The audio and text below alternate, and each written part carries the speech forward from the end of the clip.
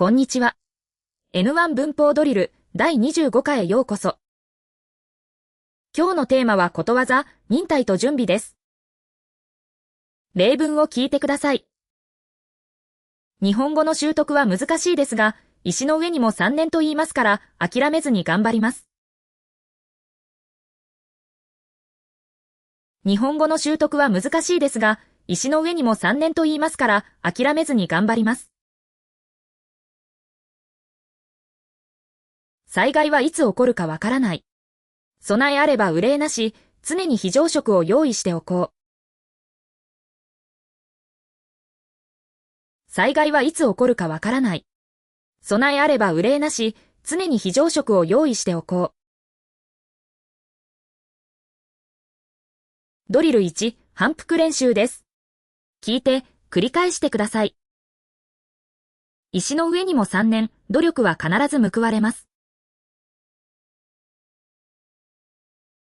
石の上にも3年、努力は必ず報われます。どんなに困難でも諦めずに続ければ道は開けます。どんなに困難でも諦めずに続ければ道は開けます。備えあれば憂いなし、早めの準備が大切です。備えあれば憂いなし、早めの準備が大切です。災害対策は万全にしておきましょう。災害対策は万全にしておきましょう。根気強く待つことも時には必要です。根気強く待つことも時には必要です。計画性を持って行動すれば心配は減ります。計画性を持って行動すれば心配は減ります。ドリル2、代入練習です。新しい言語の習得は難しいけど。新しい言語の習得は難しいけど、石の上にも3年だと思って頑張ろう。資格試験の勉強は大変だけど。資格試験の勉強は大変だけど、石の上にも3年だと思って頑張ろう。人間関係の構築は根気がいるけど。人間関係の構築は根気がいるけど、石の上にも3年だと思って頑張ろう。昇進まであと少しだけど。昇進まであと少しだけど、石の上にも3年だと思って頑張ろう。営業の成果が出ないけど。営業の成果が出ないけど、石の上にも3年だと思って頑張ろう。慣れない土地での生活は不安だけど。慣れない土地での生活は不安だけど、石の上にも3年だと思って頑張ろう。長期のダイエットは忍耐が必要だけど。長期のダイエットは忍耐が必要だけど、石の上にも3年だと思って頑張ろう。趣味の腕を上げるのは大変だけど。趣味の腕を上げるのは大変だけど、石の上にも3年だと思って頑張ろう。ドリル3、変形練習です。突然の出張で慌ててしまった。備えあれば憂いなしと、いつも準備をしておくべきだった。プレゼンで失敗しないように十分に準備した。備えあれば憂いなしだから、これで安心だ。彼は何があっても動じない。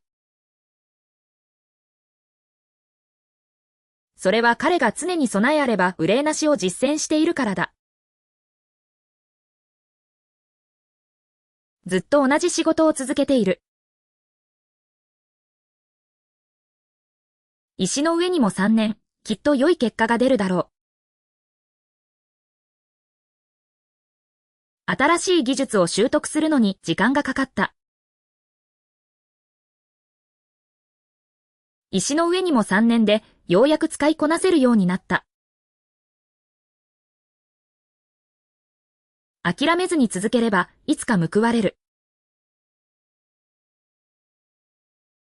石の上にも3年というように努力は実を結ぶ。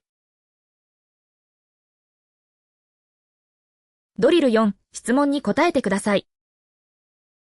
日本語の勉強で石の上にも3年だと感じたことはありますか？はい、N1 の文法は特に難しく、石の上にも3年だと思いながら勉強しました。仕事で備えあれば憂いなしだと感じた経験について教えてください。重要な会議の前に、あらゆる質問を想定して準備した結果、スムーズに進みました。何か新しいことを始めるとき、石の上にも3年の精神は必要だと思いますか？はい、特に基礎を固める段階では、忍耐強く続けることが成功の鍵だと思います。旅行に行く際、備えあれば憂いなしのためにどのような準備をしますか？予備の充電器や常備薬、現地の情報を事前にしっかり調べます。石の上にも3年と備えあれば憂いなし、どちらの考え方が今のあなたに必要だと思いますか？今は新しいプロジェクトに取り組んでいるので、両方必要ですが、特に石の上にも3年が重要だと感じています。会話練習です。この新しいプロジェクト、なかなか成果が見えてこないね。正直、少し焦っているよ。でも石の上にも3年って言うじゃない。地道に努力を続ければ、必ず道は開けるはずだよ。そうだね。私もそう信じて頑張るよ。ところで、来週のプレゼン、準備は大丈夫？